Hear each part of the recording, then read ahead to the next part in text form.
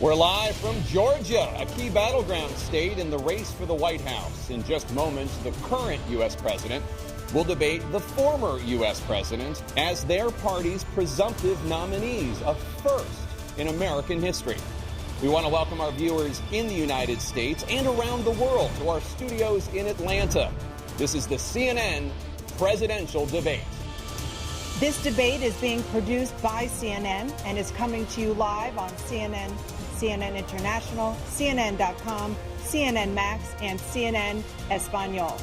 This is a pivotal moment between President Joe Biden and former President Donald Trump in their rematch for the nation's highest office. Each will make his case to the American people with just over 4 months until Election Day. Good evening, I'm Dana Bash, anchor of CNN's Inside Politics and co-anchor of State of the Union. I'm Jake Tapper, anchor of CNN's The Lead and co-anchor of State of the Union. Dana and I will co-moderate this evening. Our job is to facilitate a debate between the two candidates tonight. Before we introduce them, we want to share the rules of the debate with the audience at home. Former President Trump will be on the left side of the screen. President Biden will be appearing on the right. A coin toss determined their positions. Each candidate will have 2 minutes to answer a question and 1 minute each for responses and rebuttals. An additional minute for follow-up, clarification, or response is at the moderator's discretion. When it's time for a candidate to speak, his microphone will be turned on and his opponent's microphone will be turned off. Should a candidate interrupt when his microphone is muted, he will be difficult to understand for viewers at home. At the end of the debate, each candidate will get 2 minutes for closing statements. There is no studio audience tonight. Pre-written notes, props, or contact with campaign staff are not permitted during the debate. By accepting our invitation to debate, both candidates and their campaigns agreed to accept these rules. Now, please welcome the 46th President of the United States, Joe Biden. Folks, how are you?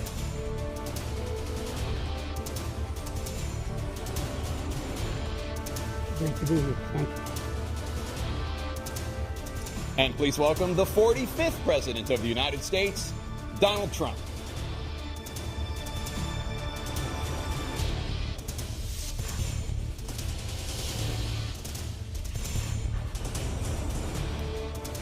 Gentlemen, thanks so much for being here. Let's begin the debate, and let's start with the issue that voters consistently say is their top concern, the economy.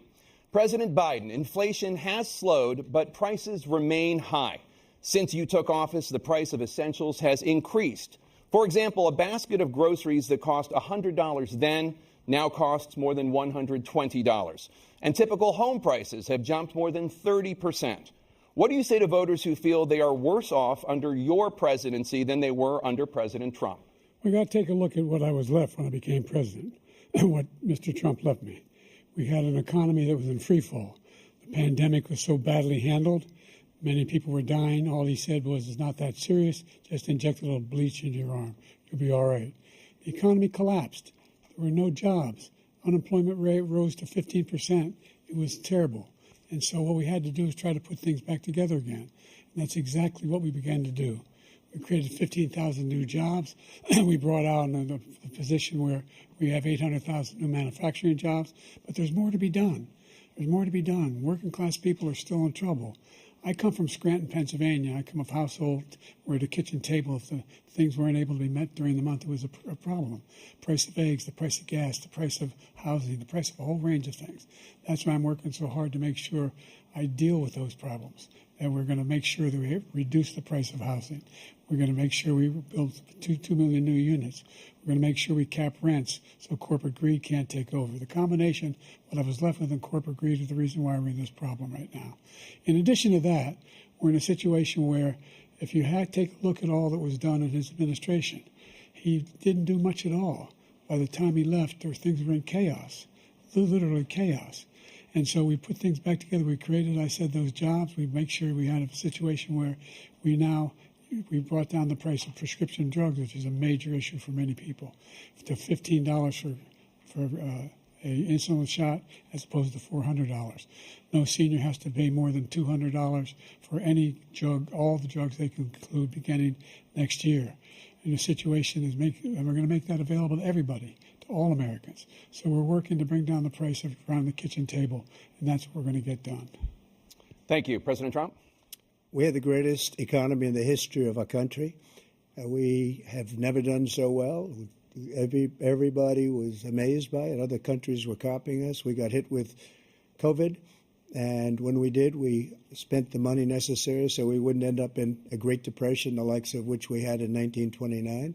By the time we finished, so we did a great job. We got a lot of credit for the economy, a lot of credit for the military, and no wars, and so many other things. Everything was rocking good. But the thing we never got the credit for, and we should have, is getting us out of that COVID mess. He created mandates that was a disaster for our country. But other than that, we had given them back a country where the stock market actually was higher than pre-COVID, and nobody thought that was even possible. The only jobs he created are for illegal immigrants and bounce-back jobs, a bounce-back from the COVID. He has not done a good job. He's done a poor job, and inflation's killing our country. It is absolutely killing us. Thank you. President Biden? Well, look, the greatest economy in the world, he's the only one who thinks that, I think. I don't know anybody else who thinks he had the greatest economy in the world. And, you know, the fact of the matter is that we found ourselves in a situation where his economy, he rewarded the wealthy. He had the largest tax cut in American history, $2 trillion. He raised a deficit larger than any president has in any one term. He's the only president other than Herbert Hoover who's lost more jobs than he had when he began, since Herbert Hoover.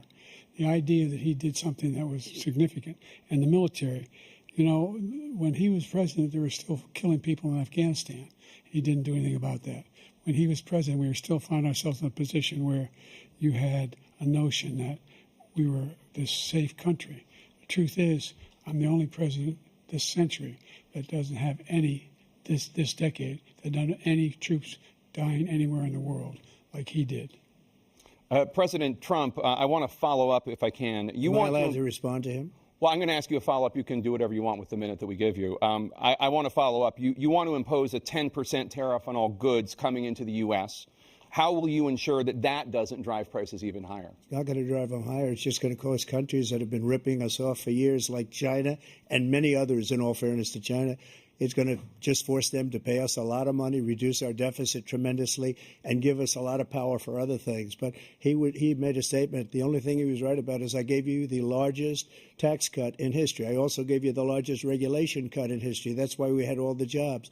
And the jobs went down, and then they bounced back, and he's taking credit for bounce-back jobs. You can't do that. He also said he inherited 9% inflation. Now, he inherited almost no inflation, and it stayed that way for 14 months.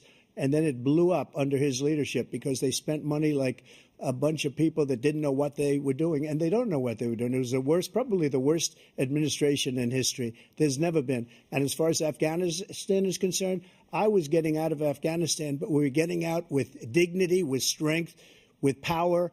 He got out. It was the most embarrassing day in the history of our country's life. President Trump, over the last 8 years, under both of your administrations, the national debt soared to record highs. And according to a new nonpartisan analysis, President Trump, your administration approved $8.4 trillion in new debt, while so far, President Biden, you've approved $4.3 trillion in new debt. So, former President Trump, many of the tax cuts that you signed into law are set to expire next year. You want to extend them and go even further, you say.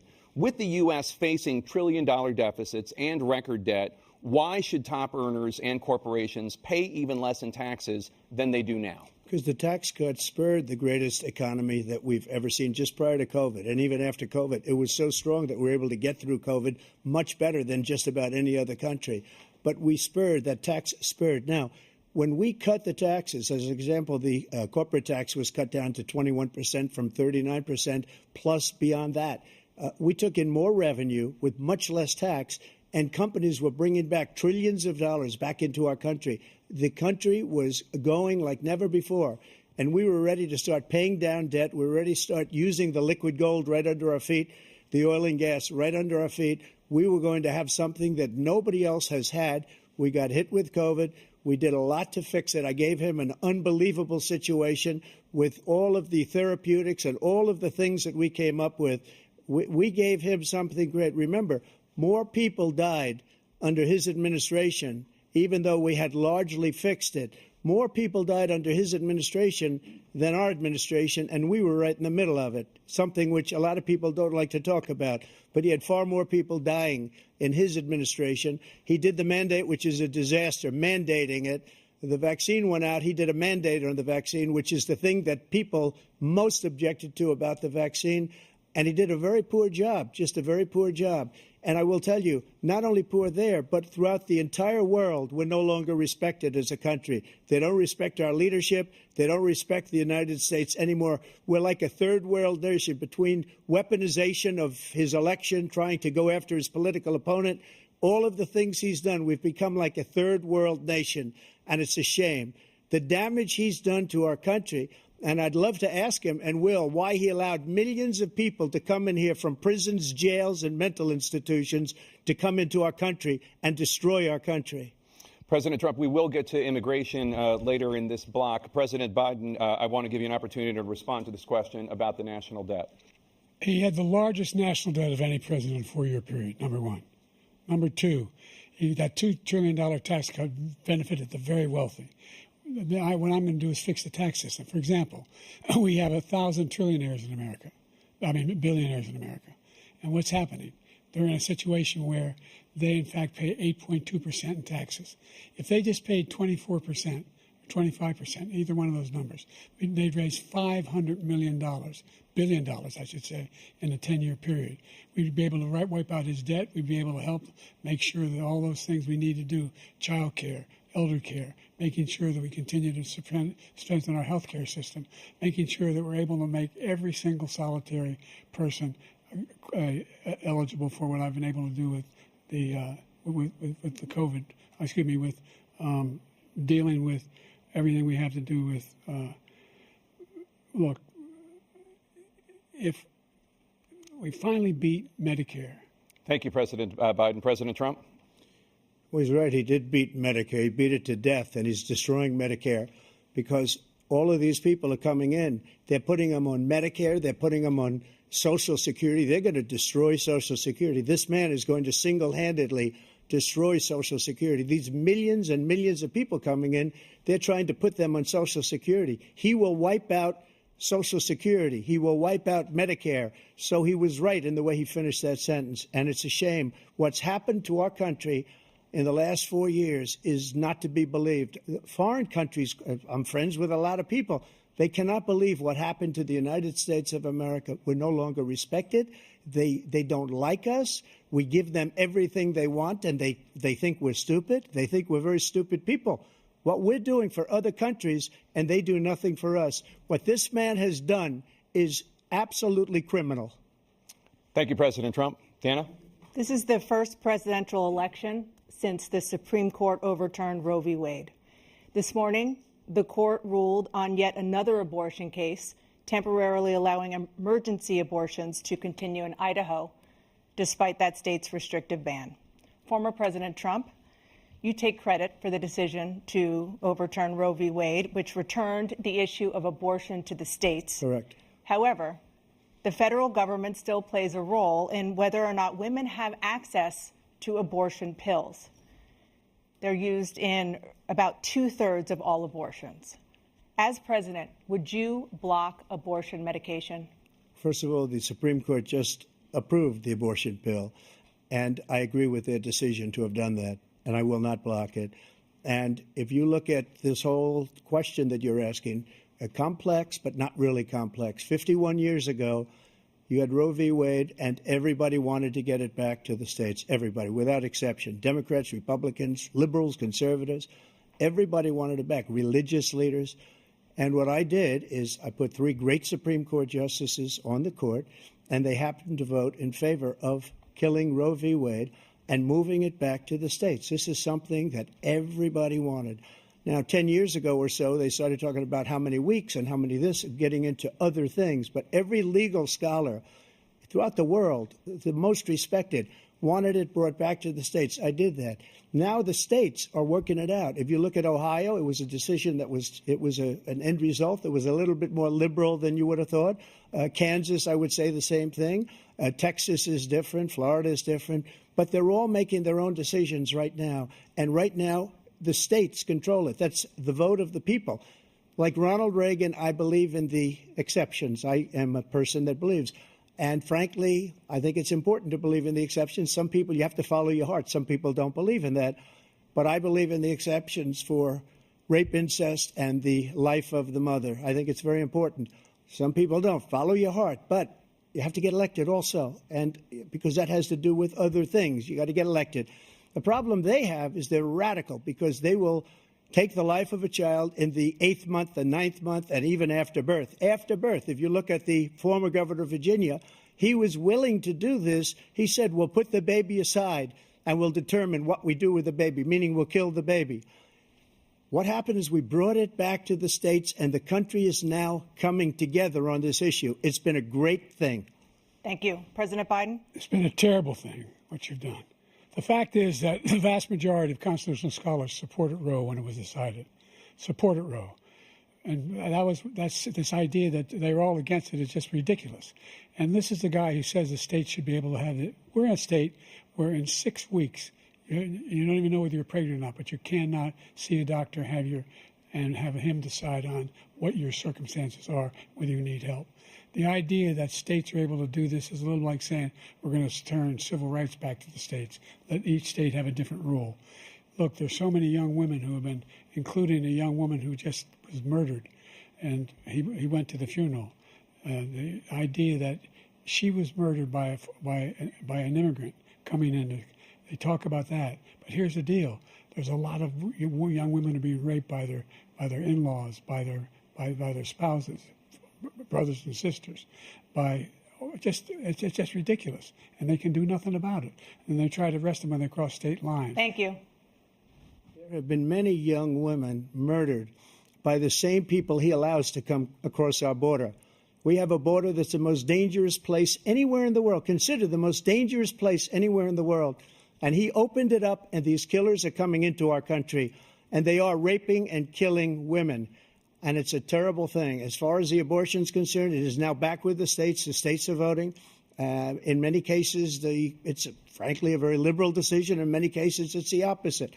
But they're voting, and it's bringing it back to the vote of the people, which is what everybody wanted, including the founders, if they knew about this issue, which, frankly, they didn't.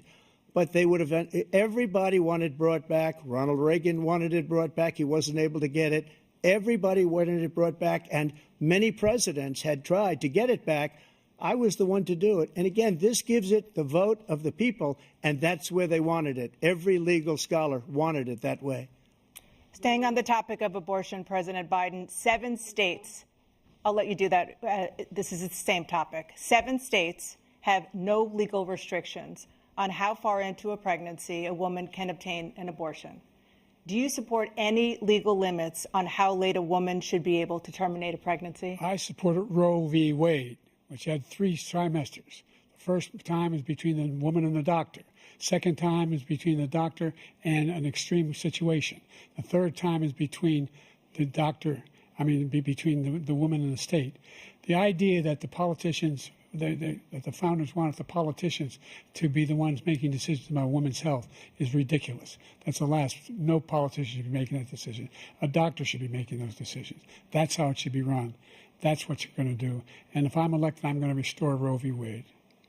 So that means he can take the life of the baby in the 9th month and even after birth, because some states, Democrat-run, take it after birth. Again, the former governor of Virginia, put the baby down, then we decide what to do with it. So he's willing to, as we say, rip the baby out of the womb in the 9th month and kill the baby. Nobody wants that to happen, Democrat or Republican. Nobody wants it to happen. You're lying. That is simply not true. The Roe v. Wade does not provide for that. That's not the circumstance. Only if a woman's life is in danger, she's going to die. That's the only circumstance in which that can happen. But we are not for late-term abortion, period. Period, period. Under Roe v. Wade, you have late-term abortion. You can do whatever you want, depending on the state. You can do whatever you want. We don't think that's a good thing. We think it's a radical thing. We think the Democrats are the radicals, not the Republicans. For 51 years, that was the law. 51 years, constitutional scholarship said it was the right way to go. 51 years, and it was taken away because this guy put very conservative members on the Supreme Court. He takes credit for taking it away. What's he going to do? What's he going to do? In fact, if the MAGA Republicans, he gets elected, and the MAGA Republicans control the Congress, and they pass a universal ban on abortion, period, across the board at 6 weeks or 7 or 8 or 10 weeks, something very, very conservative. Is he going to sign that bill? I'll veto it. He'll sign it. Thank you. Let's turn now to the issue of immigration and border security. President Biden, a record number of migrants have illegally crossed the southern border on your watch. Overwhelming border states and overburdening cities such as New York and Chicago, and in some cases causing real safety and security concerns. Given that, why should voters trust you to solve this crisis? Because we worked very hard to get a bipartisan agreement that not only changed all of that, it made sure that we are in a situation where you had no circumstance where they could come across the border with the number of border police there are now. We significantly increased the number of asylum officers. By the way, the Border Patrol endorsed my position. In addition to that, we found ourselves in a situation where, when he was president, he was separating babies from their mothers, putting them in cages, making sure the families were separated. That's not the right way to go. What I've done since I've changed the law, what's happened? I've changed it in a way that now you're in a situation where there are 40% fewer people coming across the border illegally. It's better than when he left office. And I'm going to continue to move until we get the total ban on the total initiative relative to what we're going to do with more Border Patrol and more asylum officers. President Trump?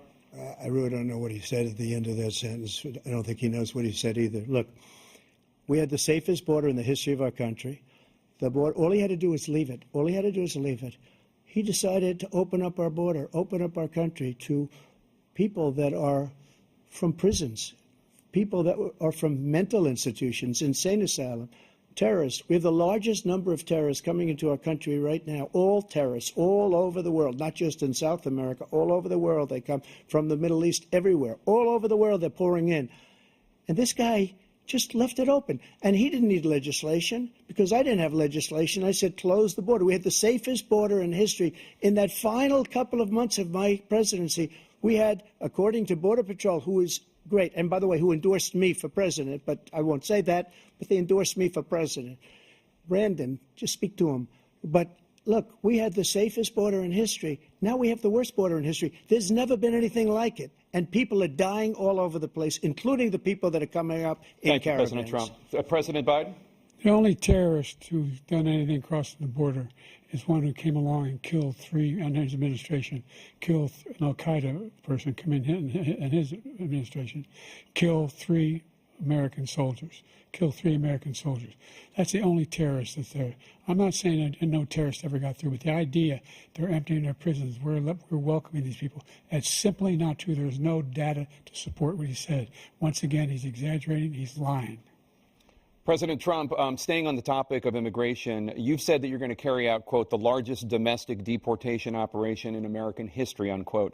Does that mean that you will deport every undocumented immigrant in America, including those who have jobs, including those whose spouses are citizens, and including those who have lived here for decades? And if so, how will you do it? Just 1 second. He said we killed 3 people. The people we killed are al-Baghdadi and Soleimani, the 2 greatest terrorists, biggest terrorists anywhere in the world, and it had a huge impact on everything, not just border, on everything. He's the one that killed people with the bad water, including hundreds of thousands of people dying, and also killing our citizens when they come in. We are living right now in a rat's nest. They're killing our people in New York, in California, in every state in the union, because we don't have borders anymore. Every state is now a border. And because of his ridiculous, insane, and very stupid policies, people are coming in and they're killing our citizens at a level that we've never seen. We call it migrant crime. I call it Biden migrant crime. They're killing our citizens at a level that we've never seen before. And you're reading it like these 3 incredible young girls over the last few days. One of them, I just spoke to the mother, and they just had the funeral for this girl, 12 years old. This is horrible what's taken place. What's taken place in our country, we're literally an uncivilized country now. He doesn't want it to be. He just doesn't know. He opened the borders. Nobody's ever seen anything like. And we have to get a lot of these people out, or we have to get them out fast, because they're going to destroy our country. Just take a look at where they're living. They're living in luxury hotels in New York City and other places.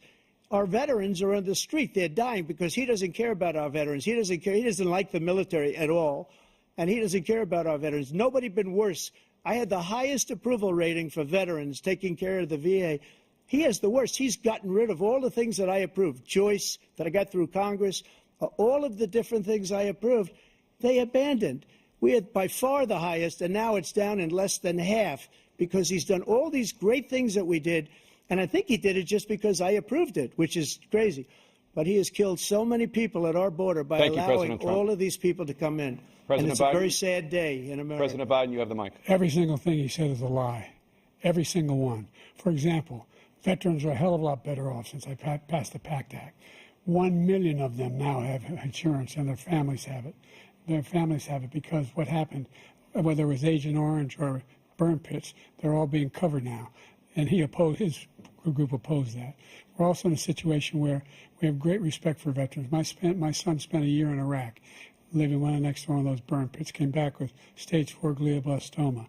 I was recently in France for D-Day, and I spoke all about those heroes that died. I went to the World War I cemetery he refused to go to. He was standing with his 4-star general, and he told me, he said, I don't want to go in there because they're a bunch of losers and suckers. My son was not a loser, was not a sucker. You're the sucker. You're the loser. President Trump? First of all, that was a made-up quote, suckers and losers. They made it up. It was in a third-rate magazine that's failing, like many of these magazines. He made that up. He put it in commercials. We've notified him. We had 19 people that said I didn't say it. And think of this. Who would say I'm at a cemetery or I'm talking about our veterans? Because nobody's taken better care. I'm so glad this came up, and he brought it up. There's nobody that's taken better care of our soldiers than I have. To think that I would, in front of generals and others, say suckers and losers. We have 19 people that said it was never said by me. It was made up by him, just like Russia was made up, just like the 51 intelligence agents are made up. Just like the new thing with the 16 economists are talking, it's the same thing. 51 intelligence agents said that the laptop was Russia disinformation. It wasn't. That came from his son, Hunter. It wasn't Russia disinformation. He made up the suckers and losers, so he should apologize to me right now. 4-star general standing to your side who was on your staff who said you said it, period. That's number one. And number two, the idea that I have to apologize to you for anything along the line. We've done more for veterans than any president has in American history. And they now are in their family. The only sacred obligation we have as a country is to care for our veterans when they come home and their families and equip them when they go to war. That's what we're doing. That's what the VA is doing now. They're doing more for veterans than ever before in our history.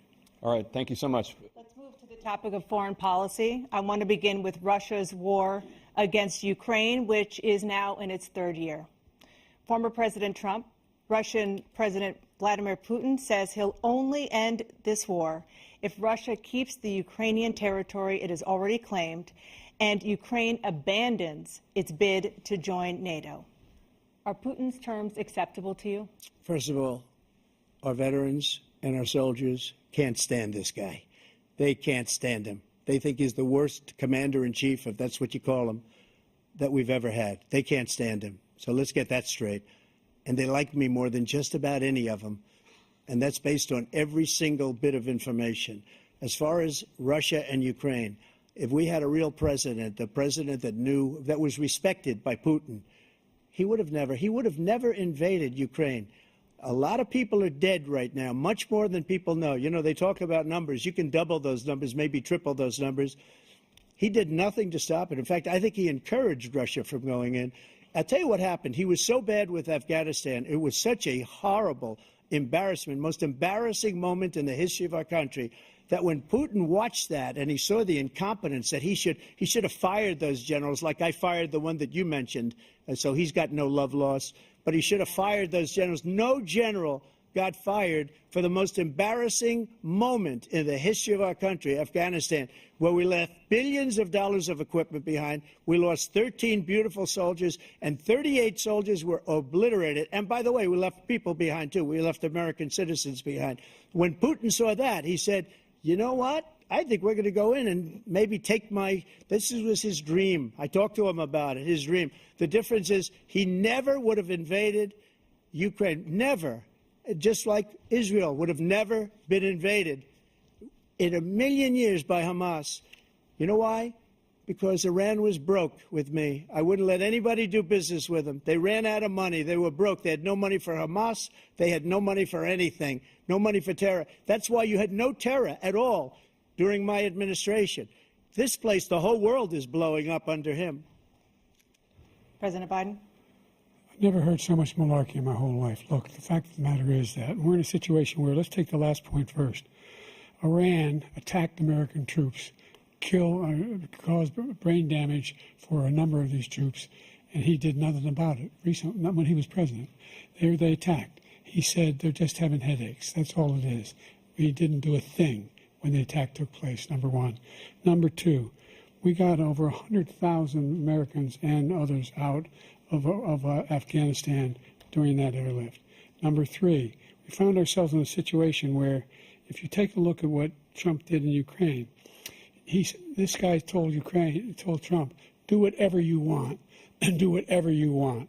And that's exactly what Trump did to Putin, encourage him, do whatever you want. And he went in. And listen to what he said when he went in. He was going to take Kyiv in 5 days, remember? Because it's part of the old Soviet Union. That's what he wanted to reestablish, Kyiv.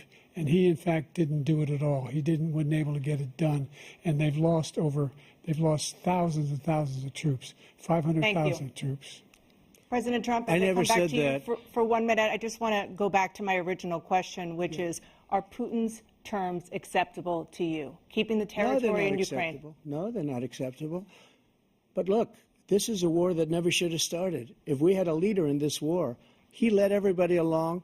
He's given $200 billion now or more to Ukraine. He's given $200 billion. That's a lot of money. I don't think there's ever been anything like it. Every time that Zelensky comes to this country, he walks away with $60 billion. He's the greatest salesman ever. And I'm not knocking him. I'm not knocking anything. I'm only saying the money that we're spending on this war, and we shouldn't be spending, it should have never happened. I will have that war settled between Putin and Zelensky as president-elect before I take office on January 20th. I'll have that war settled. People being killed so needlessly, so stupidly, and I will get it settled, and I'll get it settled fast before I take office. President Biden, you have a minute. The fact is that Putin is a war criminal.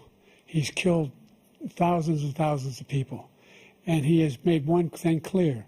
He wants to reestablish what was part of the Soviet Empire, not just a piece. He wants all of Ukraine. That's what he wants. And then you think he'll stop there?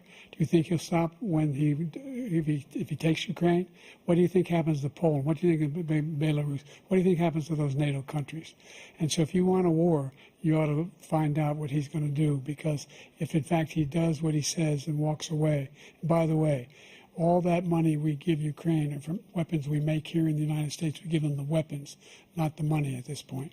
And our NATO allies have produced as much funding for Ukraine as we have. That's why we're strong. Thank you. Moving on to the Middle East. In October, Hamas attacked Israel, killing more than 1,000 people and taking hundreds of hostages. Among those held and thought to still be alive are 5 Americans. Israel's response has killed thousands of Palestinians and created a humanitarian crisis in Gaza. President Biden, you've put forward a proposal to resolve this conflict, but so far Hamas has not released the remaining hostages, and Israel is continuing its military offensive in Gaza. So what additional leverage will you use to get Hamas and Israel to end the war? You have 2 minutes. Number one, everyone from the United Nations Security Council straight through to the G7 to the Israelis and Netanyahu himself have endorsed the plan I put forward, which has 3 stages to it. The first stage is trade the hostages for a ceasefire. Second phase is a ceasefire with additional conditions. The third phase is the end of the war. The only one who wants the war to continue is Hamas. Number one, they're the only ones standing out. We're still pushing hard to get them to accept. In the meantime, what's happened in Israel, we're trying to say the only thing I've denied Israel was 2,000-pound bombs. They don't work very well in populated areas. They kill a lot of innocent people. We're providing Israel with all the weapons they need and when they need them. And by the way, I'm the guy that organized the world against Iran when they had a full-blown intercontinental ballistic missile attack on Israel. No one was hurt. No one Israeli was accidentally killed, and it stopped. We saved Israel. We are the biggest producer of support for Israel of anyone in the world. And so there are two different things. Hamas cannot be allowed to be continued. We continue to send our experts and our intelligence people as to how they can get Hamas like we did bin Laden. You don't have to do it. And by the way, they've been greatly weakened, Hamas, greatly weakened, and they should be. They should be eliminated. But you've got to be careful for using certain weapons among population centers. Just going back to Ukraine for 1 second. We have an ocean separating us. The European nations together have spent $100 billion, or maybe more than that, less than us. Why doesn't he call them and say, you got to put up your money like I did with NATO? I got them to put up hundreds of billions of dollars. The Secretary General of NATO said Trump did the most incredible job I've ever seen. They wouldn't have any. They were going out of business. We were spending almost 100% of the money was paid by us. He didn't do that. He's getting all. You got to ask these people to put up the money. We're over $100 billion more spent, and it has a bigger impact on them because of location, because we have an ocean in between.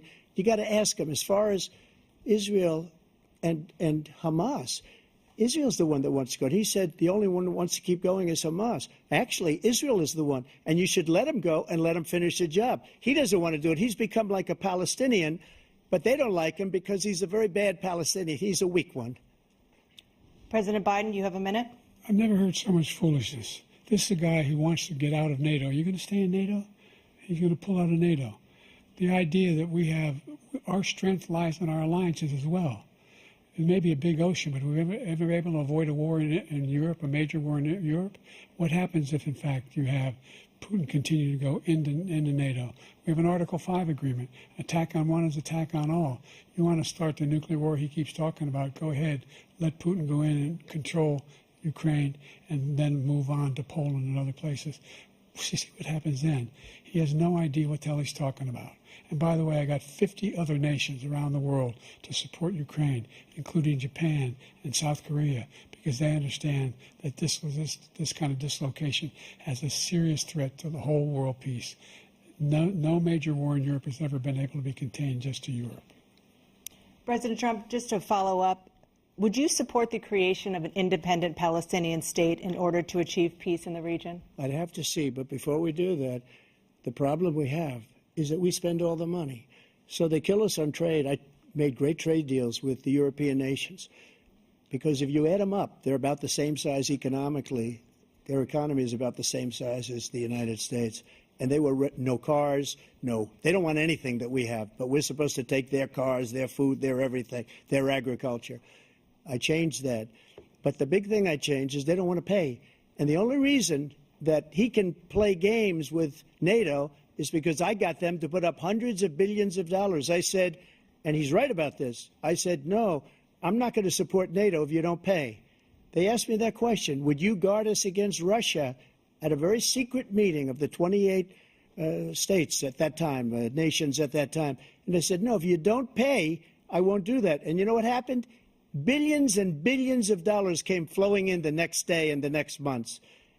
But now we're in the same position. We're paying everybody's bills. Let's turn to the issue of democracy. Former President Trump, I want to ask you about January 6, 2021. After you rallied your supporters that day, some of them stormed the Capitol to stop the constitutionally mandated counting of electoral votes. As president, you swore an oath to, quote, preserve, protect, and defend, unquote, the Constitution. What do you say to voters who believe that you violated that oath through your actions and inaction on January 6th and worry that you'll do it again? Well, I don't think too many believe that. And let me tell you about January 6th. On January 6th, we had a great border. Nobody coming through, very few. On January 6th, we were energy independent. On January 6th, we had the lowest taxes ever. We had the lowest regulations ever. On January 6th, we were respected all over the world. All over the world, we were respected. and then he comes in, and we're now laughed at. We're like a bunch of stupid people. What happened to the United States' reputation under this man's leadership is horrible, including weaponization, which I'm sure at some point you'll be talking about, where he goes after his political opponent because he can't beat him fair and square. You have 80 seconds left. My question was, what do you say to those voters who believe that you violated your constitutional oath through your actions and inaction on January 6, 2021, and worry that you'll do it again? Well, I didn't say that to anybody. I said peacefully and patriotically.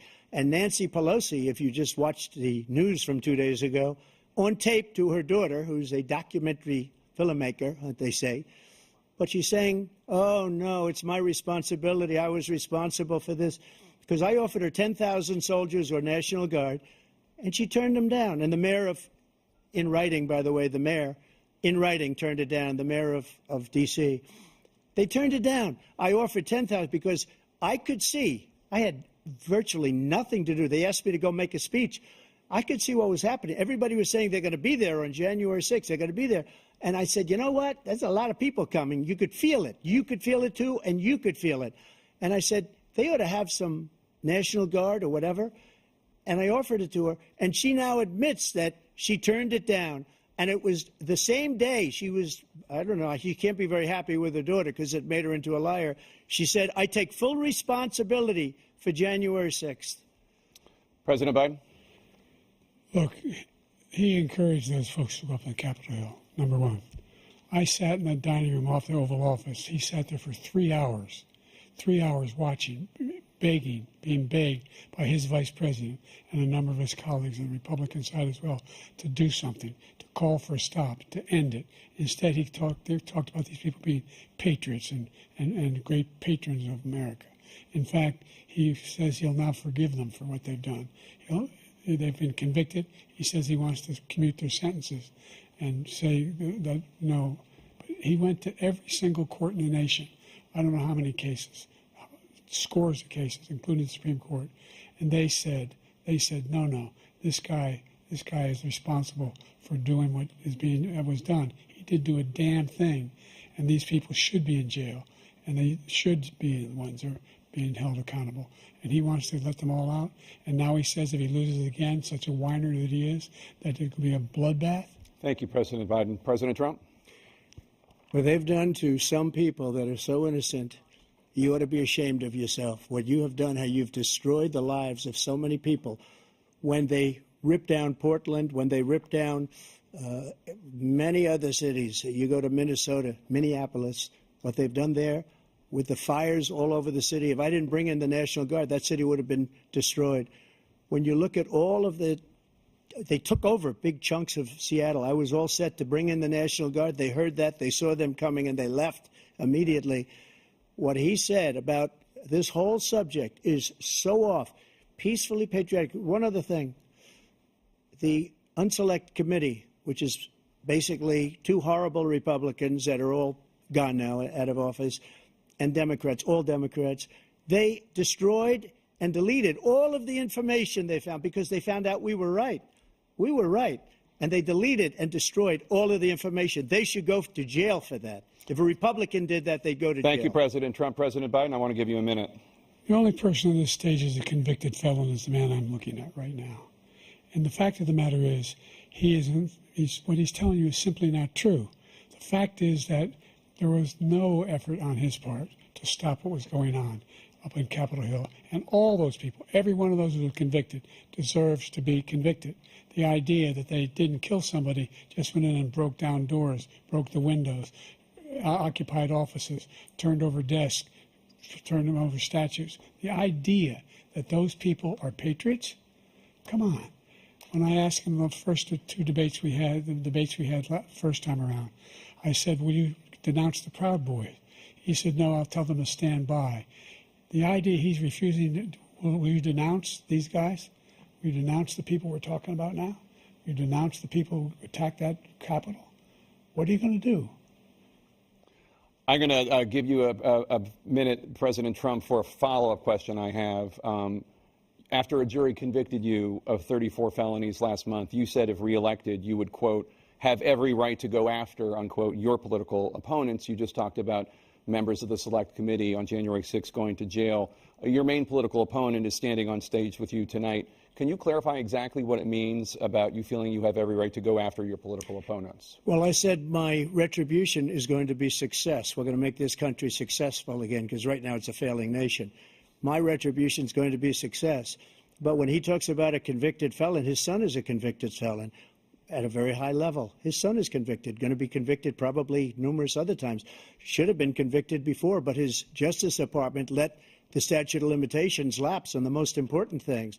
But he could be a convicted felon as soon as he gets out of office. Joe could be a convicted felon with all of the things that he's done. He's done horrible things. All of the death caused at the border, telling the Ukrainian people that we're going to want $1 billion or you change the prosecutor. Otherwise, you're not getting $1 billion. If I ever said that, that's quid pro quo. That we're not going to do anything. We're not going to give you $1 billion unless you change your prosecutor having to do with the son. This man is a criminal. This man, you're lucky. You're lucky. I did nothing wrong. We'd have a system that was rigged and disgusting. I did nothing wrong. Thank you, President Trump. President Biden, you have said, I'm coming right to you, sir. You want to respond? Go ahead. I'll give you a minute to respond. The idea that I did anything wrong relative to what you're talking about is outrageous. It's simply a lie, number one. Number two, the idea that you have a right to seek retribution against any American just because you're president is wrong. It's simply wrong. No president's ever spoken like that before. No president in our history has spoken like that before. Number three, the crimes that you are still charged with, and think of all the civil penalties you have. How many billions of dollars do you owe in civil penalties for molesting a woman in public, for doing a whole range of things, of having sex with a porn star on the night while your wife was pregnant? I mean, what are you talking about? You have the morals of an alley cat. Give you a minute, sir. I didn't have sex with a porn star, number one. Number two, that was a case that was started and moved. They moved a high-ranking official, a DOJ, into the Manhattan DA's office to start that case. That case is going to be appealed and won. We had a very terrible judge, a horrible judge, Democrat.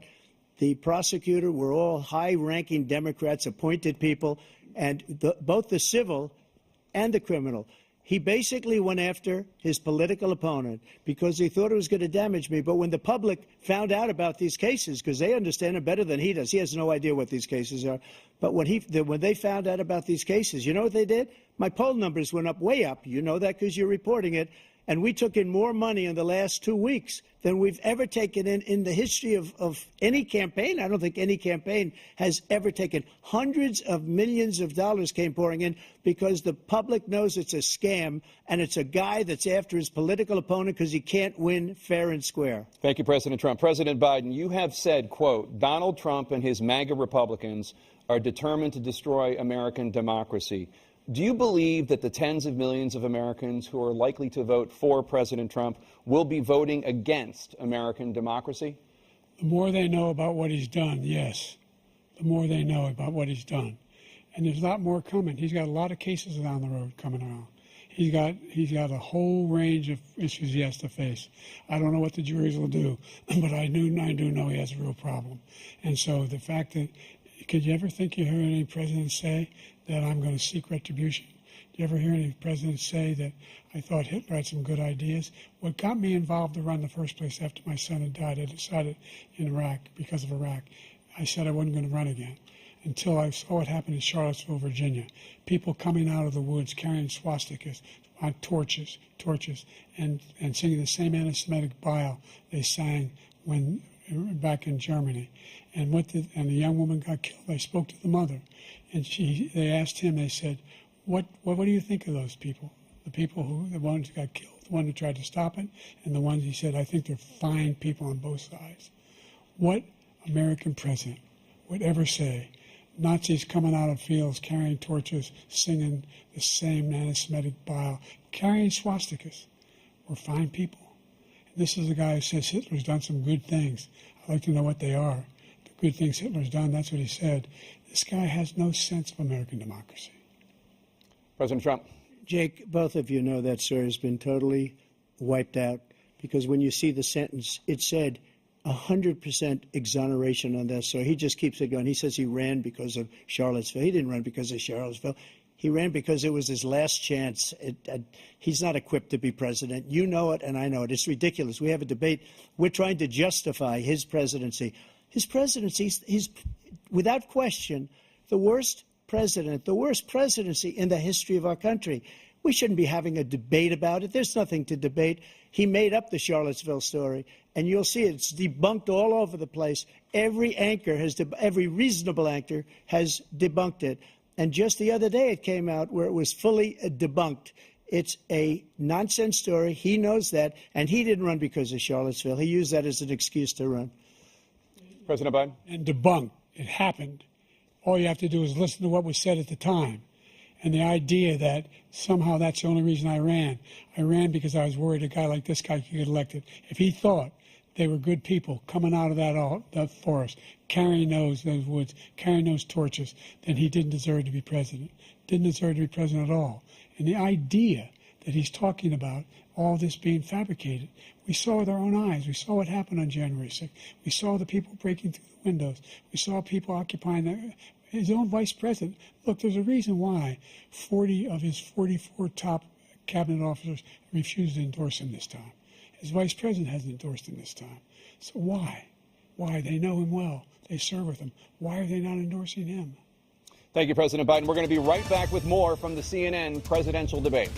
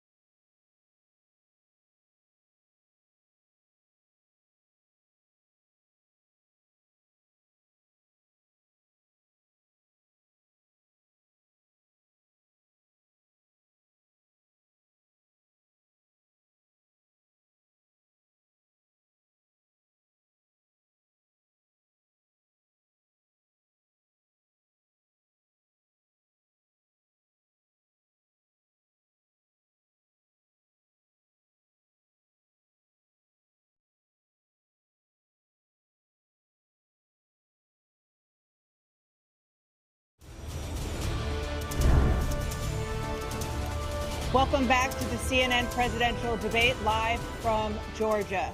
Let's talk about persistent challenges you both faced in your first terms and you'd certainly face again in a second term.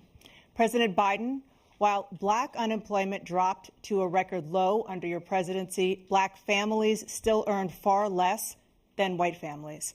Black mothers are still 3 times more likely to die from pregnancy-related causes, and black Americans are imprisoned at 5 times the rate of white Americans. What do you say to black voters who are disappointed that you haven't made more progress? They acknowledge they made a lot of progress, number one. The fact of the matter is there's more small black businesses that have been started than any time in history. Number two, the wages of black unemployment is the lowest level it's been in a long, long time. Number three, we're providing housing for black Americans and dealing with the segregation that exists among these corporations that collude to keep people out of their houses. And in addition to that, we find that the impact on the choice that black families have to make relative to child care is incredibly difficult. When we did the first major piece of legislation in the past, I was able to reduce black child care costs. I cut them in half. We got to make sure we provide for child care costs. We got to make sure, because when you provide those child care protections, you increase economic growth because more people can be in the job market. So there's more to be done, considerably more to be done. But we've done a great deal so far, and I'm not letting up, and they know it. You have 49 seconds left. What do you say to black voters who are disappointed with the progress so far? I say I don't blame them for being disappointed. Inflation is still hurting them badly. For example, I provided for the idea that any black family, first-time home buyer, should get a $10,000 tax credit to be able to buy their first home so they can get started.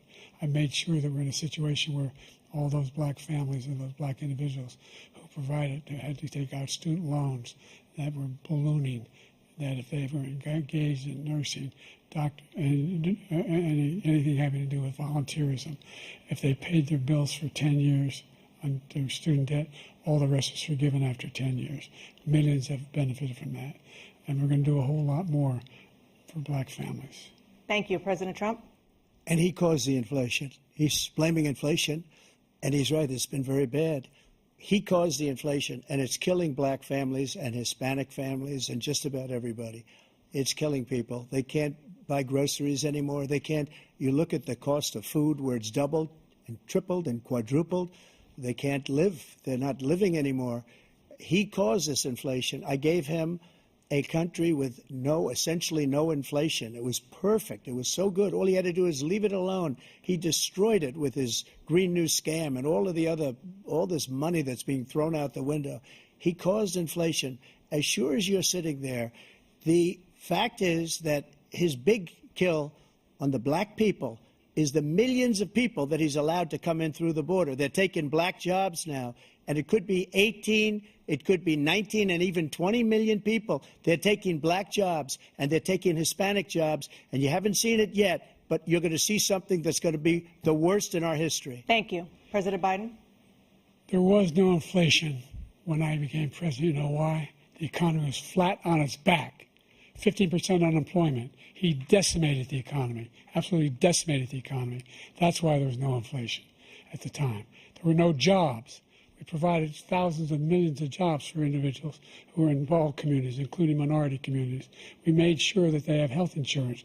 We have covered, the ACA has increased. I made sure that there are $8,000 per person in a family to get written off for health care. But this guy wants to eliminate that. They tried 50 times. He wants to get rid of the ACA again, and they're going to try again if they win. You find ourselves in a position where the idea that we're not doing any, we put more police on the street than any administration has. He wants to cut the cops. We're providing for equity and making sure people have a shot to make it. There's a lot going on, but in inflation, he caused it by his tremendous malfeasance in the way he handled the pandemic. Thank you. Another persistent challenge is the climate crisis. 2023 was the hottest year in recorded history, and communities across The country are confronting the devastating effects of extreme heat, intensifying wildfires, stronger hurricanes, and rising sea levels. Former President Trump, you've vowed to end your opponent's climate initiatives, but will you take any action as president to slow the climate crisis? Well, let me just go back to what he said about the police, how close the police are to him. Almost every police group in the nation from every state is supporting Donald J. Trump. Almost every police group. And what he's done to the black population is horrible, including the fact that for 10 years he called them super predators. We can't, in the 1990s, we can't forget that. Super predators was his name, and he called it to them for 10, and they've taken great offense at it, and now they see it happening. But when they see what I did for criminal justice reform and for the historically black colleges and universities, where I funded them and got them all funded, and the opportunity zones with Tim, as you know, Tim Scott was incredible. He did a great job, great senator from South Carolina. He came to me with the idea, and it was a great idea. It's one of the most successful economic development acts ever in the country, opportunity zones. And the biggest beneficiary are blacks. And that's why we have the best numbers with them in maybe ever. They're saying ever. I read this morning where ever, the best numbers. He's lost much of the black population because he's done a horrible job for black people. He's also done a horrible job for Hispanics. But wait till you see these millions of people pouring into our country, and they're going to take the jobs, and it's already started, and you haven't seen anything yet. It's a disaster. You've 38 seconds left. President Trump, will you take any action as president to slow the climate crisis? So I want absolutely immaculate clean water, and I want absolutely clean air, and we had it. We had H2O. We had the best numbers ever, and we were using all forms of energy, all forms, everything. And yet, during my 4 years, I had the best environmental numbers ever. And my top environmental people gave me that statistic just before I walked on the stage, actually. I don't know where the hell he's been. The idea that anything he said is true. I've passed the most extensive climate change legislation in history. We find ourselves, and by the way, black colleges. I came up with $15 billion for HBCUs, historic black universities and colleges, because they don't have the kind of contributors that they have to build these laboratories and the like. Any black student is capable in college of doing any white student can do. They just don't have the money, but now they'll be able to get those jobs in high tech. We're in a situation where the idea that he is claiming to have done something that had the cleanest water, he hadn't done a damn thing for the environment. He pulled out of the Paris Peace Accord, Climate Accord. I immediately joined it because if we reach 1.5 degrees Celsius at any one point, there's no way back. The only existential threat to humanity is climate change, and he didn't do a damn thing about it. He wants to undo all that I've done. The Paris Accord was going to cost us $1 trillion, and China nothing, and Russia nothing, and India nothing. It was a ripoff of the United States. And I ended it because I didn't want to waste that money because they treat us horribly. We were the only ones. It was costing us money. Nobody else was paying into it. And it was a disaster. But everything that he said just now, I'll give you an example. I heard him say before insulin. I'm the one that got the insulin down for the seniors. I took care of the seniors. What he's doing is destroying all of our medical programs because the migrants coming in, they want everybody. And look, I have the biggest heart on the stage. I guarantee you that. And I want to take care of people. But we're destroying our country. They're taking over our schools, our hospitals, and they're going to be taking over Social Security. He is destroying Social Security, Medicare, and Medicaid. The idea is that we, in fact, we were the only ones of consequence who were not members of the Paris Accord. How can we do anything if we're not able to, the United States can't get its under control? One of the largest polluters in the world, number one. We're making significant progress. By 2035, we will have cut pollution in half.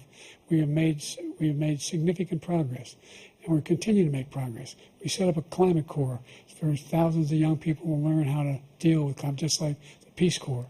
And we're moving in directions that are going to significantly change the elements of cause of pollution. But the idea that he claims that he has the biggest heart up here, and he's really concerned about pollution and about climate. I've not seen any indication of that. And by the way, with regard to prescription drugs, one company agreed that they would reduce the price to $35, which I was calling for, one, voluntarily. I made sure every company in the world, every pharmaceutical company, cannot have to pay. Thank you. And by the way, so every day, millions of Americans struggle just to make ends meet. For many older Americans, Social Security provides a critical lifeline. President Biden, if nothing is done to Social Security, seniors will see their benefits cut in just over 10 years. Will you name tonight one specific step that you're willing to take to keep Social Security solvent? yes, make the very wealthy begin to pay their fair share. Right now, everybody making under $170,000 pays 6% of their income, of their paycheck, every single time they get a paycheck from the time the first one they get when they're 18 years old. The idea that they're going to, I'm proposing that everybody, the millionaires pay 1%. So no one I would not raise the cost of Social Security for anybody under $400,000. After that, I began to make the wealthy begin to pay their fair share by increasing from 1% beyond to be able to guarantee the program for life. So you still have 82 seconds left. Are there any other measures that you think that would be able to help keep Social Security solvent, or is that one enough? Well, no, that one enough will keep it solvent, but the biggest thing I'll do if we defeat this man, because he wants to get rid of Social Security. He thinks there's plenty to cut in Social Security. He's wanting to cut Social Security and Medicare, both times. And and if you look at the program put forward by the House Republican caucus that I believe supports, is in fact want to cut it as well. The idea that we don't need to protect our seniors is ridiculous. And by the way, the American public has greater health care coverage today than ever before. And on the ACA, as I said, you're in a circumstance where 400,000 people, 40 million people would not have insurance because they have a pre-existing condition. Only thing that allows them to have that insurance is the fact that they, in fact, are part of the ACA. And by the way, the other thing is, we're in a situation where I talk about education for black communities. I've raised the amount of money for Pell Grants by another $8,000. So anybody making under $70,000 a year is going to be able to get $15,000 toward their tuition. He just doesn't know what he's talking about. Thank you, President Biden. President Trump. So I've dealt with politicians all my life. I've been on this side of the equation for the last 8 years. I've never seen anybody lie like this guy. He lies. I've never seen it. He could look you in the face. About so many other things, too. And we mentioned the laptop. We mentioned Russia, Ukraine. Everything he does is a lie. It's misinformation and disinformation. The losers and suckers story that he made up is a total lie on the military. It's a disgrace. But Social Security, he's destroying it because millions of people are pouring into our country, and they're putting them onto Social Security. They're putting them onto Medicare, Medicaid. They're putting them in our hospitals. They're taking the place of our citizens. What they're doing to the VA, to our veterans, is unbelievable. Our veterans are living in the street, and these people are living in luxury hotels. He doesn't know what he's doing, and it's really coming back. I've never seen such anger in our country before. President Biden? The idea that veterans are not being taken care of, I told you before. And by the way, when I said suckers and losers, he acknowledged after that he fired that general. That general got fired because he's the one that acknowledged that that's what he said. He was the one standing with Trump when he said it, number one. Number two, the idea that we're going to be in a situation where all these millions and millions, the way he talks about it, illegal aliens are coming into the country and taking away our jobs. There's a reason why we have the fastest growing economy in the world, the reason why we have the most successful economy in the world. We're doing better than any other nation in the world. And by the way, those 15 Nobel laureates he talked about being phony, those 15 Nobel laureates, economists, they all said that if Trump is reelected, we're likely to have a recession and inflation is going to increasingly go up. And by the way, worst president in history, 159 presidential scholars voted him the worst president in the history of the United States of America. President Biden, thank you so much. Let's turn to the cost of child care, which many American families struggle to afford. President Trump, both you and President Biden have tried to address this issue. But the average cost of child care in this country has risen to more than $11,000 a year per child. For many families, the cost of child care for 2 children is more than their rent. In your second term, what would you do to make child care more affordable? Just to go back, the general got fired because he was no good. And if he said that, that's why he made it up. But we have 19 people that said I didn't say it, and they're very highly respected, much more so than him. The other thing is, he doesn't fire people. He never fired people. I've never seen him fire anybody. I did fire a lot. I fired Comey because he was no good. I fired a lot of the top people at the FBI, drained the swamp. They were no good. Not easy to fire people. You'd pay a price for it, but they were no good. I inherited these people. I didn't put them there. I didn't put Comey there. He was no good. I fired him. This guy hasn't fired anybody. He never fires. He should have fired every military man that was involved with that the Afghanistan horror show. The most embarrassing moment in the history of our country. He didn't fire. Did you fire anybody? Did you fire anybody that's on the border that's allowed us to have the worst border in the history of the world? Did anybody get fired for allowing 18 million people, many from prisons, many from mental institutions? Did you fire anybody that allowed our country to be destroyed? Joe, our country is being destroyed as you and I sit up here and waste a lot of time on this debate. This shouldn't be a debate. He is the worst president. He just said about me because I said it. But look, he's the worst president in the history of our country. He's destroyed our country. Now all of a sudden he's trying to get a little tough on the border. He came out with a nothing deal, and it reduced it a little bit, like this much. It's insignificant. He wants open borders. He wants our country to either be destroyed or he wants to pick up those people as voters. And I don't think we just can't let it happen. If he wins this election, our country doesn't have a chance, not even a chance, of coming out of this rut. We probably won't have a country left anymore. That's how bad it is. He is the worst in history by far. Thank you, President Trump. President Biden? We are the most admired country in the world. We're the United States of America. There's nothing beyond our capacity. We have the finest military in the history of the world, the finest in the history of the world. No one thinks we're weak. No one wants to screw around with us. Nobody, number one. Number two, the idea that we're talking about worst presidents. I wasn't joking. Look it up. Go online. 159 or 58, don't hold me the exact number, presidential historians, they've had meetings and they voted who's the worst president in American history. One through best to worst. They said he was the worst in all of American history. That's a fact. That's not conjecture. He can argue they're wrong, but that's what they voted. The idea that he is doing anything to deal with child care, he did virtually nothing to child care.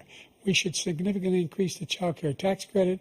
We should significantly increase the availability of women and men or single parents to be able to go back to work. And we should encourage businesses to have. Thank you, President Biden. President Trump, the question was about what would you do to make child care more affordable, if you want to take your minute. Just so you understand, we have polling, we have other things that they rate him the worst because what he's done is so bad. And they rate me, I'll show you, I will show you, and they rate me one of the best, okay? And if I'm given another 4 years, I will be the best. I think I'll be the best. Nobody's ever created an economy like us. Nobody ever cut taxes like us.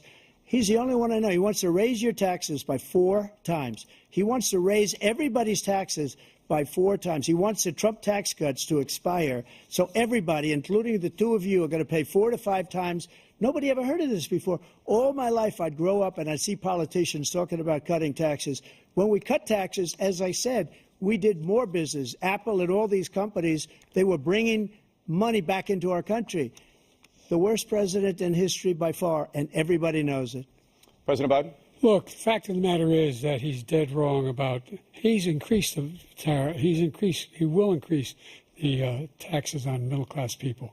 I said I'd never raise the tax on anybody making less than $400,000. I didn't. But this tariff is 10% tariffs. Everything coming in the country, you know what the economists say? That's going to cost the average American $2,500 a year more because they're going to have to pay the difference in food and all the things that are important. Number two, he's in a situation where he talks about how he has not raised, he's somehow helped the middle class. Middle class has been devastated by you. Now you want a new tax cut of $5 trillion over the next 10 years, which is going to fundamentally bankrupt the country. You had the largest deficit of any president in American history, number one. Number two, you have not, in fact, made any contact, any progress with China. We are at the lowest trade deficit with China since 2010. Thank you, President Biden. Thank you, President Biden. Let's discuss an epidemic impacting millions of Americans that both of you have made a top priority in your first term, the opioid crisis. And for both of you, the number of overdose deaths in this country has gone up. Under your term, it went up. Under your term, it has gone up. Former President Trump, despite the efforts that both of you have made, more than 100,000 Americans are dying from overdoses every year, primarily from fentanyl and other opioids. What will you do to help Americans right now in the throes of addiction who are struggling to get the treatment they need? To finish up, we now have the largest deficit in the history of our country under this guy. We have the largest deficit with China. He gets paid by China. He's a Manchurian candidate. He gets money from China. So I think he's afraid to deal with them or something. But do you notice he never took out my tariffs because we bring in so much money with the tariffs that I imposed on China. He never took them away. He can't because it's too much money. It's tremendous. And we saved our steel industries, and there was more to come, but he hasn't done that. But he hasn't cut the tariffs because he can't, because it's too much money. But he's got the largest deficit in the history of our country, and he's got the worst situation with China. China's going to own us if you keep allowing them to do what they're doing to us as a country. They are killing us as a country, Joe, and you can't let that happen. You're destroying our country. So, President Trump, you have 67 seconds left. The question was, what are you going to do to help Americans in the throes of addiction right now who are struggling to get the treatment they need? Jake, we were doing very well at addiction until the COVID came along. We had the 2.5, almost 3 years of like nobody's ever had before, any country, in every way. And then we had to get tough. And it was the drugs pouring across the border it started to increase. We got great equipment. We bought the certain dog that's the most incredible thing that you've ever seen, the way they can spot it. We did a lot, and we were getting very low numbers, very, very low numbers. Then he came along. The numbers, have you seen the numbers now? It's not only the 18 million people that I believe is even low because the gotaways, they don't even talk about gotaways. But the numbers of the amount of drugs and human trafficking in women coming across our border, the worst thing I've ever seen, at numbers that nobody's ever seen under him because the border's so bad. But the number of drugs coming across our border now is the largest we've ever had by far. President Trump, thank you. President Biden? Fentanyl and the byproducts of fentanyl went down for a while. And I wanted to make sure we use the machinery that can detect fentanyl, these big machines that roll over everything that comes across the border. And it costs a lot of money. That was part of this deal we put together, this bipartisan deal. More fentanyl machines, more be able to detect drugs, more numbers of agents, more numbers of all the people at the border. And when we had that deal done, he called his Republican colleagues, said, don't do it. It's going to hurt me politically. No, he never argued it's not a good bill. It's a really good bill. We need those machines. We need those machines. And we're coming down very hard in every country in Asia in terms of precursors for fentanyl. And Mexico is working with us to make sure they don't have the technology to be able to put it together. That's what we have to do. We need those machines. Thank you, President Biden. President Trump, and again, the question is about Americans in the throes of addiction right now struggling to get the treatment they need. Well, this does pertain to it. He ended Remain in Mexico. He ended catch and release. I made it catch and release in Mexico, not catch and release here. We had so many things that we had done, hard negotiations with Mexico, and I got it all for nothing. It's just like when you have a hostage. We always pay $6 billion for a hostage. Every time we say it's a hostage. Now we have a hostage, a Wall Street Journal reporter, I think a good guy, and he's over there because Putin is laughing at this guy, probably asking for billions of dollars for the reporter. I will have him out very quickly as soon as I take office. Before I take office, I said by literally as soon as I win the election, I will have that reporter out. He should have had him out a long time ago. But Putin's probably asking for billions and billions of dollars because this guy pays it every time. We had 2 cases where we paid $6 billion for 5 people. I got 58 people out, and I paid essentially nothing. Thank you, President Trump. Dana? Let's turn to concerns that voters have about each of you. President Biden, you would be 86 at the end of your second term. How do you address concerns about your capability to handle the toughest job in the world well into your 80s? Well, first of all, I spent half my career being criticized being the youngest person in politics. I was the second youngest person ever elected to the United States Senate, and now I'm the oldest. This guy's 3 years younger and a lot less competent.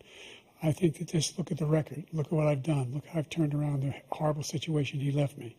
As I said, 15 million new jobs, 800,000 manufacturing jobs, more investment in America, over billions of dollars in private investment in enterprises that we are growing. By the way, we brought an awful lot of people. The whole idea of computer chips, we used to have 40% of the market.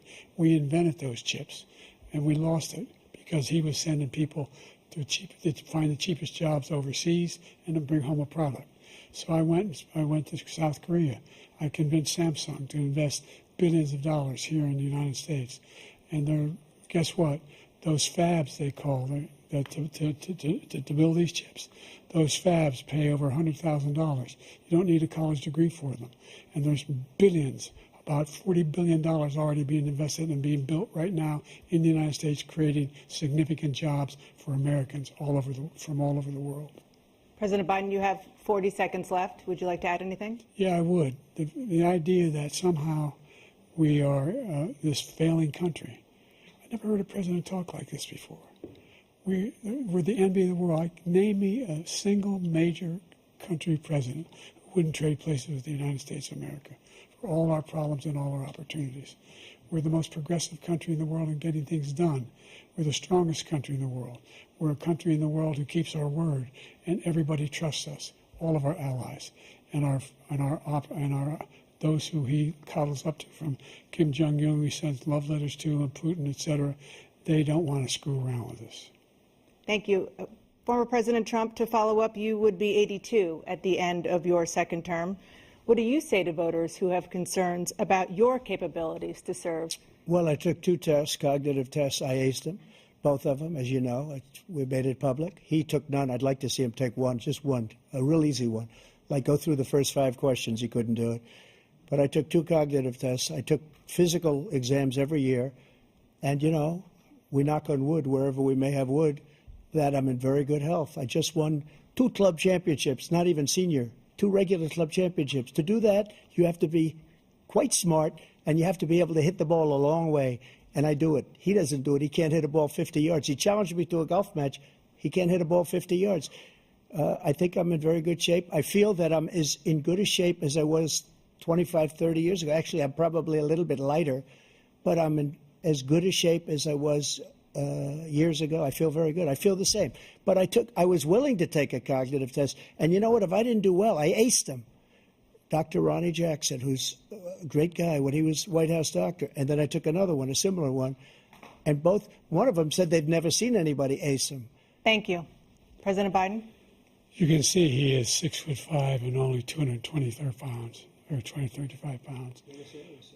Well, you said 6'4", 200. Well, anyway, anyway, just take a look at what he says he is, and take a look at what he is.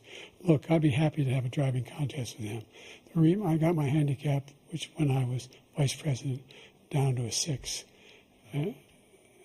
But by the way, I told you before, I'm happy to play golf with you if you carry your own bag.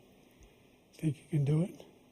That's the biggest lie. He's a 6 handicap of all. I was an 8 handicap. Yeah. 8. Never. But I have, how many? I've seen you swing. I know you swing. Okay, Let's not act like children. President Trump, we're going to turn Let's not act like children. to a specific concern that voters have about you. Will you pledge tonight that once all legal challenges have been exhausted, that you will accept the results of this election, regardless of who wins, and you will say right now that political violence in any form is unacceptable? Well, I shouldn't have to say that, but of course I believe that. It's totally unacceptable. And if you would see my statements that I made on Twitter at the time, and also my statement that I made in the Rose Garden, you would say is one of the strongest statements you've ever seen. In addition to the speech I made in front of, I believe, the largest crowd I've ever spoken to, and I will tell you, nobody ever talks about that. They talk about a relatively small number of people that went to the Capitol, and in many cases were ushered in by the police. And as Nancy Pelosi said, it was her responsibility, not mine. She said that loud and clear. But the answer is, if the election is fair, free, and I want that more than anybody. And I'll tell you something.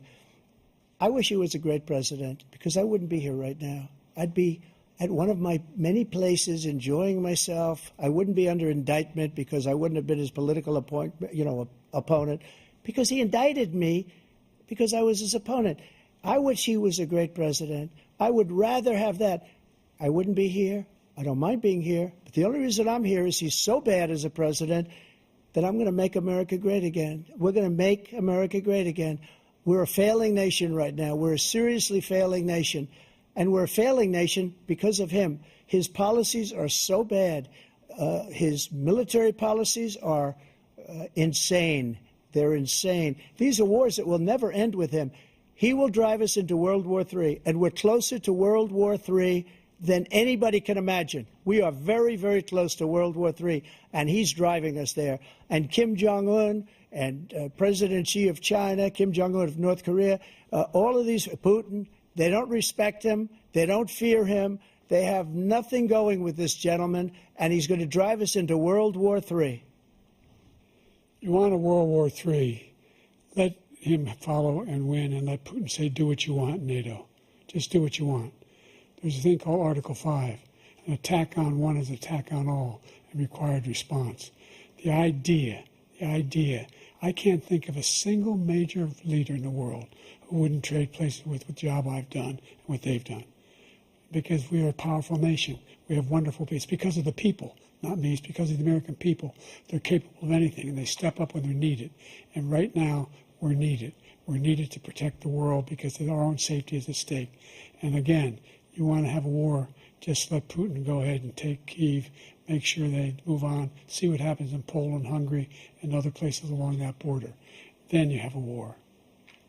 President Trump, as I come back to you for a follow-up, the question was, will you accept the results of this election, regardless of who wins? Just to finish what he said, if I might, Russia, they took a lot of land from Bush. They took a lot of land from Obama and Biden. They took no land, nothing from Trump, nothing. He knew not to do it. He's not going to play games with me. He knew that. I got along with him very well, but he knew not to play games. He took nothing from me. But now he's going to take the whole thing from this man right here. That's a war that should have never started. It would have never started ever with me. And he's going to take Ukraine. And, you know, you asked me a question before, would you do this? He's got us in such a bad position right now with Ukraine and Russia, because Ukraine's not winning that war. He said, I will never settle until such time. They're running out of people. They're running out of soldiers. They've lost so many people. It's so sad. They've lost so many people, and they've lost those gorgeous cities with the golden domes that are 1,000 years old, all because of him and stupid decisions. Russia would have never attacked if I were president. President Trump, the question was, will you accept the results of the election, regardless of who wins? Yes or no, please. If it's a fair and legal and good election, absolutely. I would have much rather accepted these, but the fraud and everything else was ridiculous. And if you want, we'll have a news conference on it in a week, or we'll have another one of these in a week. But I will absolutely, there's nothing I'd rather do. It would be much easier for me to do that than I'm running again. I wasn't really going to run until I saw the horrible job he did. He's destroying our country. I would be very happy to be someplace else, in a nice location someplace. And again, no indictments, no political opponent stuff, because it's the only way he thinks he can win. But unfortunately, it's driven up my numbers and driven them up to a very high level because the people understand it. Well, let's see what your numbers are when this election is over. Let's see. You're a whiner. When you lost the first time, you continued, you appealed and appealed to courts all across the country. Not one single court in America said any of your claims had any merit, state or local, none. But you continue to provoke this lie about somehow there's all this misrepresentation, all this stealing. There is no evidence of that at all. And I tell you what, I doubt whether you'll accept it because you're such a whiner. The idea if you lose again, you accepting anything, you can't stand the loss. Something snapped in you when you lost the last time. We'll be right back with more from the CNN presidential debate, live from Georgia.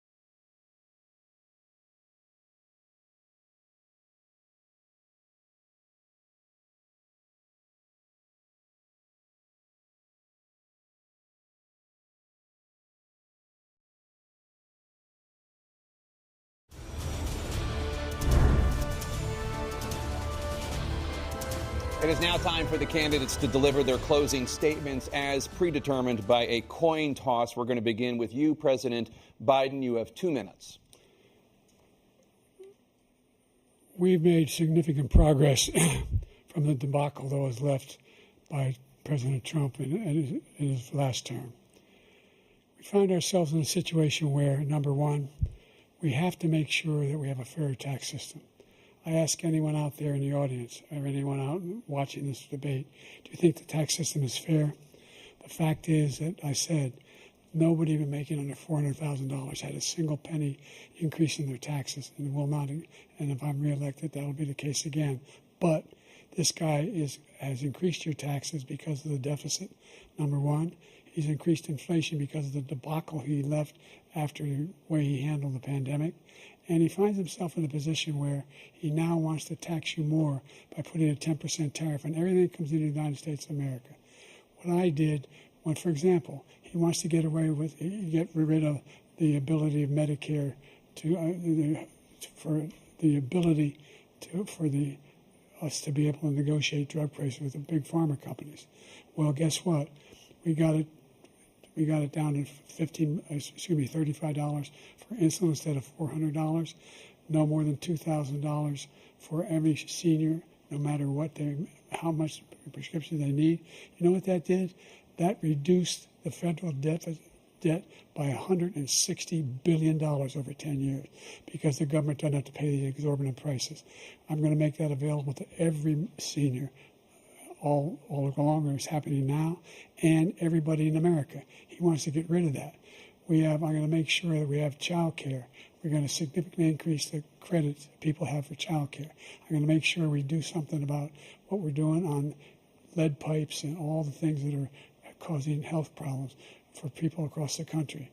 We're going to continue to fight to bring down inflation and give people a break. Thank you, President Biden. President Trump, you now have 2 minutes for your closing statement. Like so many politicians, this man is just a complainer. He said, we want to do this, we want to do that, we want to get rid of this tax, that tax. But he doesn't do anything. All he does is make our country unsafe by allowing millions and millions of people to pour in. Our military doesn't respect him. We look like fools in Afghanistan. We didn't stop Israel. It was such a horrible thing that would have never happened. It should have never happened. Iran was broke. Anybody that did business with Iran, including China, they couldn't do business with the United States. They all passed. Iran was broke. They had no money for Hamas or Hezbollah, for terror, no money whatsoever. Again, Ukraine should have never happened. He talks about all this stuff, but he didn't do it. For 3.5 years, we're living in hell. We have the Palestinians and we have everybody else rioting all over the place. You talk about Charlottesville. This is 100 times Charlottesville, 1,000 times. The whole country is exploding because of you, because they don't respect you, and they have to respect their president, and they don't respect you throughout the world. What we did was incredible. We rebuilt the military. We got the largest tax cut in history, the largest regulation cut in history. The reason he's got jobs is because I cut the regulations that gave jobs, but he's putting a lot of those regulations back on. All of the things that we've done, nobody's never seen anything like. Even from a medical standpoint, right to try, where we can try space-age materials instead of going to Asia or going to Europe and trying to get when you're terminally ill. Now you can go and you can get something. You sign a document. They've been trying to get it for 42 years. But you know what we did for the military was incredible. Choice for our soldiers, where our soldiers, instead of waiting for 3 months to see a doctor, can go out and get themselves fixed up and readied up and take care of themselves, and they're living. And that's why I had the highest approval rating in the history of the VA. So all of these things, we're in a failing nation, but it's not going to be failing anymore. We're going to make it great again. Thank you, former President Trump, President Biden. Stay with us because we have full analysis of this debate. Anderson Cooper and Aaron Burnett starts now on CNN.